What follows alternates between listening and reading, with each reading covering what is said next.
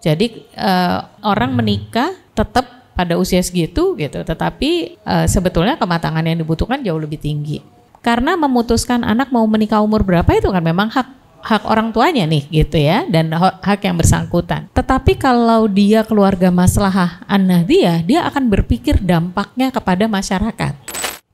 Oke, kita langsung masuk ke materi hari ini. Tadi sempat ngobrol-ngobrol sama Ustadz Hafiz di sebelah ya soal bagaimana hukum asal perkawinan dalam Islam, kemudian bagaimana para ulama-ulama klasik memandang tema soal pernikahan dini ini dan perkembangannya sampai hari ini. Nah, menurut Mbak Lisa, di Indonesia hari ini ya, pernikahan dini ini menandakan apa sebenarnya Mbak Lisa? Perkawinan anak. Perkawinan anak dan perkawinan dini. Oh iya, sebelumnya gini, kalau pengertian menurut PBB ada 3 kategori. 1 child marriage, pernikahan anak, kemudian early marriage, sama forced marriage. Dan 3-tiganya ini saling terkait sebenarnya. Tapi kita sepakati bahwa hari ini kita menggunakan term pernikahan anak ya. Karena ini di bawah umur, jadi kategori child marriage. Nah, menurut Mbak Lisa ini fenomena apa sebenarnya? Menandakan gejala apa child marriage di Indonesia hari ini? Fenomenanya itu praktek perkawinan anak itu kan memang masih menjadi praktek yang terjadi ya. Upaya banyak pihak termasuk pemerintah untuk mengurangi ini belum begitu berhasil. Gitu. Jadi turunnya itu masih sangat sedikit dari tahun ke tahun, bahkan kondisi kita saat ini sebetulnya hampir sama dengan tahun 2008 ketika mulai dibicarakan tentang pengurangan perkawinan anak ini gitu. Jadi kalau ditanya fenomenanya ya fenomenanya memang masih banyak begitu. Apalagi kemudian ketika pemerintah membuat kebijakan meningkatkan batas usia pernikahan yang tadinya 16 tahun untuk perempuan menjadi 19 tahun. Sama perempuan dan laki-laki. Itu menyebabkan kemudian angkanya kelihatan meningkat ya gitu. Karena memang prakteknya sendiri tidak berkurang begitu. Prakteknya tidak berkurang, kebijakannya naik, jadi angkanya kelihatan sama sekali tidak ada. Tidak, iya begitu. Nah, fenomena ini jelas menjadi sebuah concern untuk kita, sesuatu yang perlu untuk kita pikirkan karena semakin kesini, zamannya semakin modern ini, kita tentu tahu dan menyadari bahwa tantangan kehidupan berkeluarga itu semakin besar, gitu. Karena itu kesiapan untuk memasuki kehidupan berumah tangga itu juga dibutuhkan lebih tinggi standarnya dibandingkan dulu, begitu. Jadi kalau kita bicara kemaslahatan keluarga, itu jelas kemaslahatan keluarga yang dicapai oleh dua generasi di atas kita ya, generasi yang lahir tahun 50-an itu jauh lebih mudah untuk mencapai kemaslahatan keluarga dibandingkan saat ini begitu. Walaupun secara finansial kelihatan atau secara ekonomi kelihatannya lebih mudah gitu ya, meningkat. Zaman dahulu kala nggak ada kulkas, sekarang ada kulkas, itu mudahnya. Atau zaman dahulu kala kita ngaron beras untuk menanak nasi, sekarang cukup dengan rice cooker begitu ya, alat bantunya.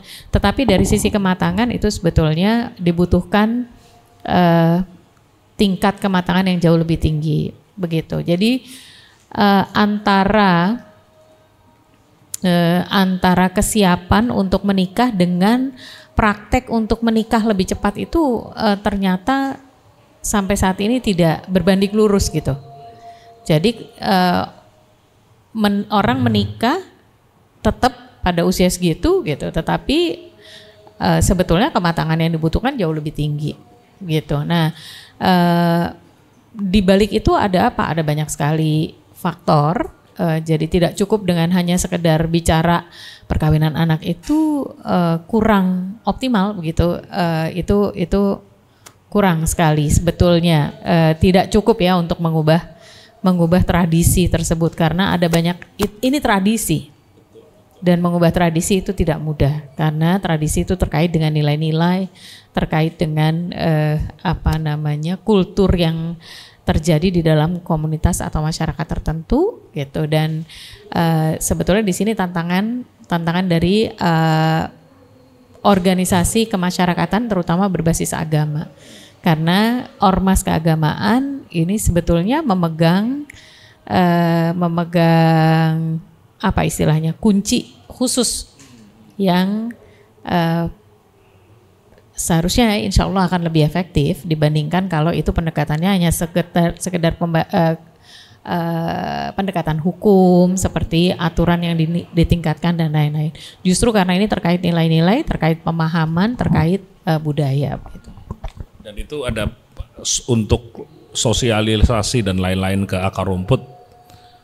Ormas keagamaan seperti NU juga sangat bisa berperan, sangat bisa berperan di dalamnya untuk mengkampanyekan.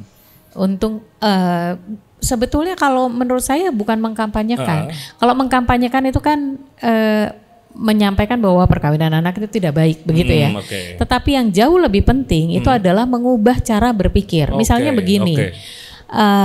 Misalnya di Lembaga Kemaslahatan Keluarga NU misalnya ya, dari tahun 2018 dalam halakoh terkait dengan konsep keluarga maslahat, keluarga maslahat Nahdiyah yang ingin diwujudkan oleh PBNU, kita bicara tentang bagaimana kemaslahatan keluarga itu tidak diukur hanya dari kesejahteraan ekonomi, tetapi juga dari apakah keluarga tersebut itu membawa kebaikan bagi masyarakat. Begitu. Jadi makanya judulnya keluarga maslahat. Keluarga maslahah An-Nahdiyah itu keluarga yang mendatangkan kebaikan bagi seluruh anggota keluarga dan bagi masyarakat yang ada di sekitarnya. Itu konsep dasarnya keluarga maslahah An-Nahdiyah itu. Begitu. Nah, ketika kita bicara kemudian kemaslahatan keluarga ini, terus perkawinan anak ada di mana? Kan karena memutuskan anak mau menikah umur berapa itu kan memang hak orang tuanya nih gitu ya, dan hak yang bersangkutan. Tetapi kalau dia keluarga maslahah An-Nahdiyah, dia akan berpikir dampaknya kepada masyarakat. Nah kan gitu. Nah ini kan masalah keyakinan, masalah nilai-nilai, bukan hanya sebatas pengetahuan bahwa perkawinan anak itu nggak boleh atau nggak baik gitu, tetapi soal kemaslahatannya itu sendiri gitu. Jadi apakah memang perkawinan anak akan membawa ke anak kita ini menjadi masuk ke dalam keluarga yang maslahat juga gitu. Misalnya contohnya seperti itu.